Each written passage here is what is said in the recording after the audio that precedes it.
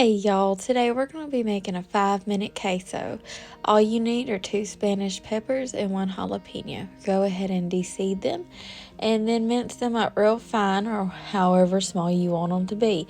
I did small pieces just because I don't want to take a big old piece of jalapeno and hurt my mouth.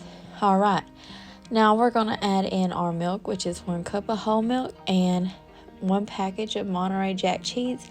I chose slices, and we're just going to heat that up until the cheese melts. Once the cheese melts, please take it off the heat, because if you keep cooking it, it's going to curdle and then it's going to turn into like making cream cheese or mozzarella cheese or something like that. You're not wanting that. You're wanting queso so that you can enjoy it at night while you're watching Netflix or HBO Max or Hulu and going to town on a bag of tortilla chips. All right, so once that has melted, we're going to go ahead and take that off the heat, and we're going to take our 1 package of cream cheese. I always love Philadelphia cream cheese. That's my favorite brand. We're going to add 1 whole block in there and take our whisk and stir it in there gently. You're going to want to add in the cream cheese by the spoonfuls.